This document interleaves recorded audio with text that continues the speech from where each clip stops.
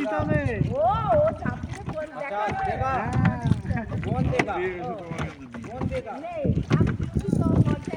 नहीं मरेगा माँ उनका डेली का काम है ओ सुनना होगी आप लोग बोलेंगे तो खुल जाएगा